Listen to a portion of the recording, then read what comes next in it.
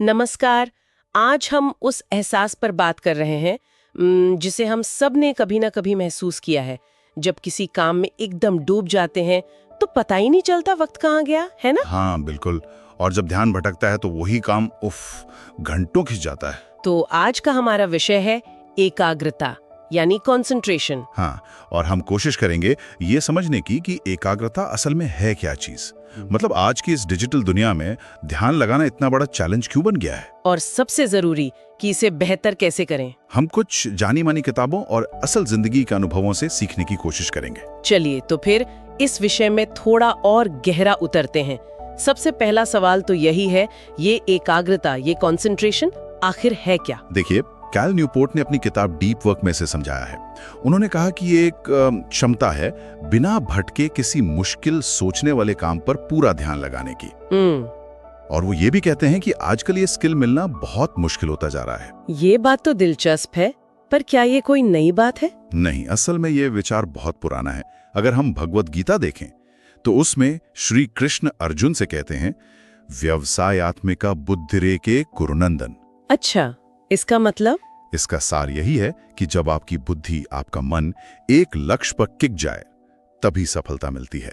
तो एकाग्रता सिर्फ दिमाग की एक हालत नहीं है, ये एक हथियार की तरह है। हाँ, एक औजार जो हमें अपने लक्ष्य पाने में मदद करे, चाहे वो ऑफिस का काम हो या कुछ और। बिल्कुल ठीक है, ये गहरी एकाग्रता की जरूरत तो समझ आती है, पर आज इसे पाना इतना मुश्किल क्यों है?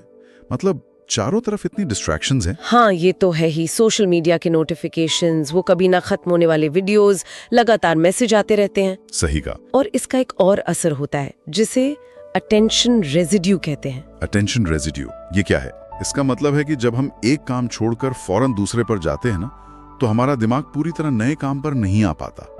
पिछले काम की कुछ बातें दिमाग में चलती रहती है। हाँ, होता है ऐसा। तो भले ही हम एक बार में एक ही काम कर रहे हों, हमारी सोचने की क्षमता और काम की क्वालिटी कम हो जाती है। ये तो बिल्कुल सच है। मतलब कोई जरूरी काम कर रहे हैं और अचानक से लगता है चलो एक बार फोन देख लें, या कोई बिल्कुल अलग ही ख्याल आ जाता है मन में। वही तो। और यहीं पे जेम्स क्लियर की किताब एटॉमिक हैबिट्स की बात याद आती है। हाँ, एटॉमिक हैबिट्स। उसमें क्या कहा गया है? वो कहते हैं कि हम अपने गोल्स के लेवल तक नहीं उठते, बल्कि अपने सिस्टम्स यानी अपनी आदतों, अपने माहौल के लेवल तक गिरते हैं। एकाग्रता कोई जादू नहीं है, ये सही आदतें बनाने और अपने माहौल को संभालने का नतीजा है। आदतें और माहौल। इसी से जुड़ी एक छोटी सी कहानी है मनोज की। अच्छा, सुनाइए। मनोज एक छोटे शहर से था, यूपीएससी की तैयारी कर रहा था। सपना बड़ा था, आईएएस बनने का, लेकिन उसका सबसे बड़ा दुश्मन उसका अपना स्मार्टफोन। पढ़ाई के बजाय घंटों सोशल मीडिया पर निकल जाते थे। ओ, ये तो बहुत से स्टूडेंट्स की कहानी होगी आजकल। तो उसने क्या किया? उसने एक अलग सा तरीका अपनाया, एक डिस्ट्रैक्शन डायरी बनाई। Distraction diary? हाँ, जब भी उसका ध्यान भटकता, चाहे फोन से या किसी और वजह से, वो लिख लेता था। कब भटका, क्यों भटका, क्या सोच रहा था उस वक्त। अच्छा। इससे क्या हुआ, कुछ ही हफ्तों में उसे अपने पैटर्न साफ दिखने लगे। उसे समझ आ गया कि किन हालात में किस समय उसका मन सबसे ज्यादा भटकता है। मतलब उसने डेटा का इस्तेमाल किया अपने मन को समझने के लिए, बजाय सिर्फ विल पावर पर निर्भर रहने के। बिल्कुल। और फिर इसी समझ के आधार पर उसने अपनी रूटीन, पढ़ने की जगह, इन सब में छोटे छोटे बदलाव किए। और नतीजा ये कि आज वो एक आईएएस अधिकारी है। तो कहानी यही बताती है कि अगर हम अपने भटकाव को समझें और सही सिस्टम बनाएं, तो मन को साधा जा सकता है। वाह, ये कहानी तो काफी प्रेरणा देती है। तो अगर हमें अपनी एकाग्रता बढ़ानी है तो कुछ प्रैक्टिकल तरीके क्या हो सकते हैं?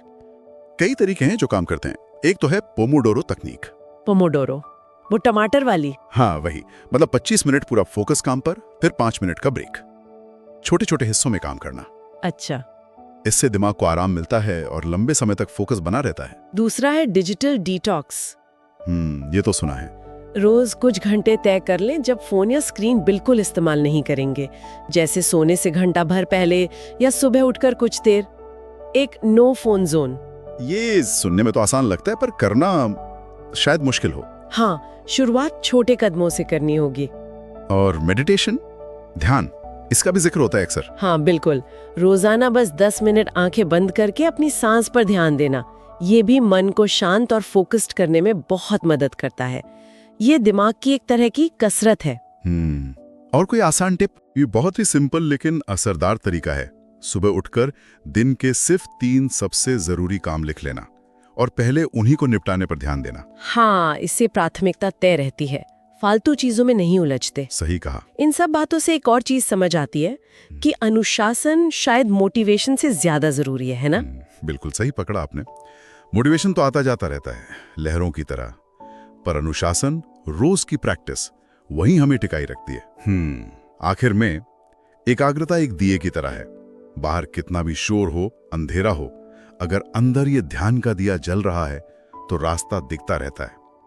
लक्ष्य कितना भी बड़ा क्यों ना लगे, अगर मन एक जगह टिक गया तो नामुमकिन भी मुमकिन लगने लगता है। तो ये चर्चा हमें याद दिलाती है कि हमारा समय, हमारा ध्यान और हमारा मन, ये कितने कीमती हैं। इनका सम्मान करना बहुत जरूरी है। बिल्कुल। और श्रोताओं के लिए बस एक विचार छोड़ जाते हैं, जहां ध्यान है वही शक्ति है। अब अपनी शक्ति को कहां लगाना है, ये चुनाव तो हमें ही करना है।